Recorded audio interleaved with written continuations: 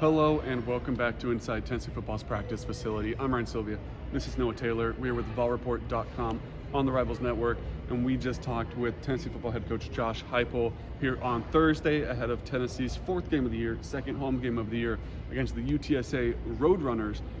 First things first, give you an update on what he said about the availability of some players who didn't see the field or didn't see the field much last Saturday against Florida. First, Gerald Mincey, of course, sided with possession last week, only played special teams, didn't play offense.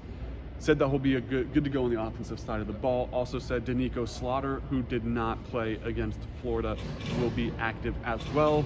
And then center Cooper Mays, a game time decision, so something to look out for. I expect him to be suited up, full pads, warming up for that game like he's done the last 2 weeks, but we'll see if he's active or not and actually gives it a go, or if we see Ollie Lane back at center. But no, what was your biggest takeaway from what Heupel had to say? Yeah, there was a question in there that Josh Heupel was asked about his perspective that I thought was kind of unique, him being a quarterback at the Power 5 level at Oklahoma, where he won a national championship, where he was a Heisman finalist, and how he handled pressure, and kind of jokingly shrugged it off at first and said, I was never criticized as a quarterback, which was a good way to lighten the mood on a Thursday. But yeah, just how he's kind of helped Joe handle that, and he kind of reiterated the stuff we heard all week, from what we've seen as well, that Joe's done some things really well, he's operated really well. And some of that falls on just some other things, some other factors like the receivers dropping passes, the offensive line, which has struggled. Hopefully you would think they get a boost back with having Gerald Mincey available and possibly Cooper Mays on Saturday. We'll see how that does going forward. But I thought that was just a really interesting answer on how Joe has kind of handled that, how he's helped Joe handle it.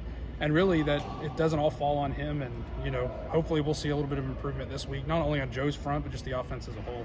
And looking at the other side of the field, quarterback for UTSA, of course, Frank Harris is that guy that's been that guy for a while. Dealing with the turf toe injury, though, questionable game time decision for him in his absence. It's been Eddie Lee Marburger coming in and getting the start against the Army. And he's been solid, but he's not the player that Frank Harris necessarily is. So Heupel was asked, is it difficult to prepare for a team when you don't know which quarterback you're going to get, and two quarterbacks that have a little bit of a different play style as well? And Heupel's answer was pretty much, we're focused on ourselves. Of course, we're watching film, we're preparing for what UTSA is going to want to do.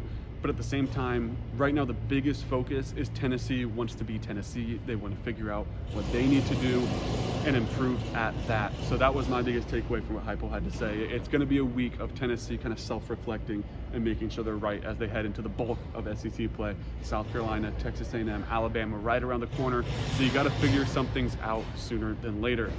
But we'll be on campus, right back in Neyland Stadium for the game against UTSA and throughout the rest of the season. So make sure you subscribe to the YouTube channel to not miss any videos, and head over to VolReport.com to see all of our written content and hop onto the Rocky Top forum to join in with the discussion. Thanks for watching.